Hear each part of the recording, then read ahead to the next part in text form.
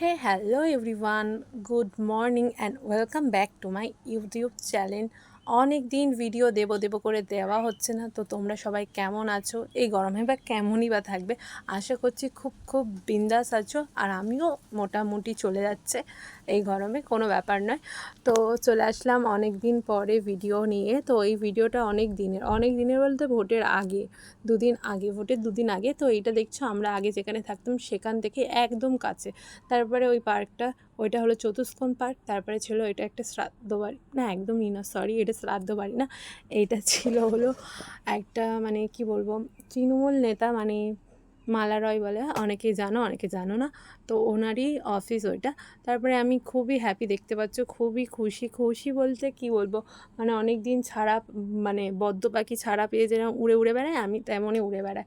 মানে আমার কোনো ঠিক ঠিকানা নেই, যে যেখানে বলে আমি ঘুরতে চলে যাই ওই বাড়িতে গিয়ে। যেহেতু আমার বাবা মা ছিল না ওইখানটা, কেউই কিছু বলার নেই, আমার ইচ্ছে মতন আমি ঘুরে বেড়াই উড়ে বেড়াই, এটাই ব্যাপার। তো দেখতেই পেলে আমি খুবই হ্যাপি। তো ওইগুলো ছিল আমার মেজো মায়ের মেয়ে, মেজো মায় বলতে আমার মেজো মাসির মেয়ে।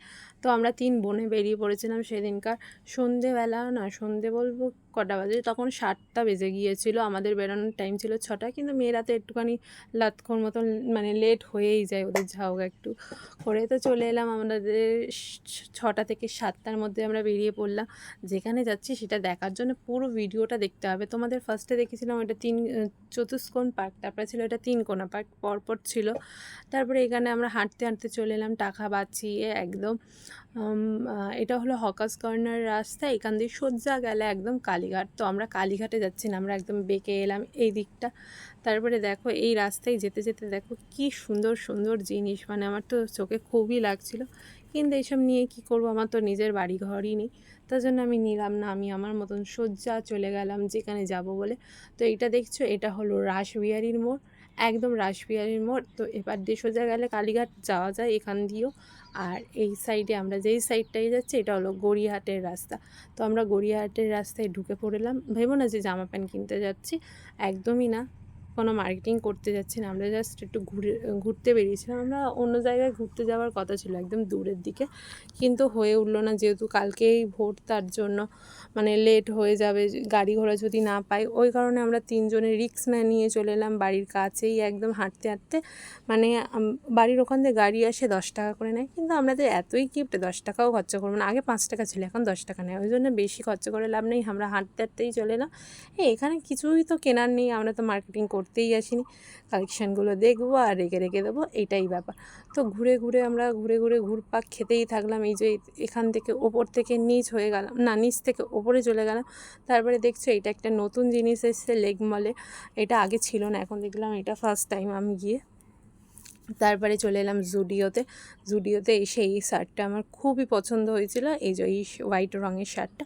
কিন্তু দামটা দেখেই আমার যেন ভালো করে দেখতে ইচ্ছে করলো, তারপর দেখেই যেন আমার হার্টবিটটা, কি বলবো আর, থাক বলে লাভ নেই। তো দেখে আবার এরমভাবে চাপা দিয়ে রেখে দিলাম, দেখে ওইসব লাভ নেই, কারণ গরিব শরীর মানুষ ওইসব কিনে আর কি করবো, এটাই ব্যাপার। তাই জন্য ঘুরতে আবার চলে আসলাম আমরা ওপরের দিকে বলতে আমরা একেবারে চলে আসলাম ফুডিং করে একটুখানি কী করবো, বসে থাকলে তো লোকজন কি একটা ভাববে, তাই জন্য আমরা একটুখানি খাবার অর্ডার দিয়ে দিলাম। তো আমরা আগে সিট বেছে নিলাম কোন দিকটায় বসবো, মানে ফাঁকাই ছিল সেই দিনকার। এমনি সময় লেক মলে খুবই ভিড় থাকে, তো যেহেতু পরের দিন ভিড়, তো হালকা ভিড় ছিল। তো আমরা অর্ডার দিয়ে দিলাম, আমি অর্ডার দিতে গেছিলাম, অর্ডার দিয়ে চলে আসলাম। তো ওরা টাইম দেয় 20 মিনিট পরে চলে আসলাম।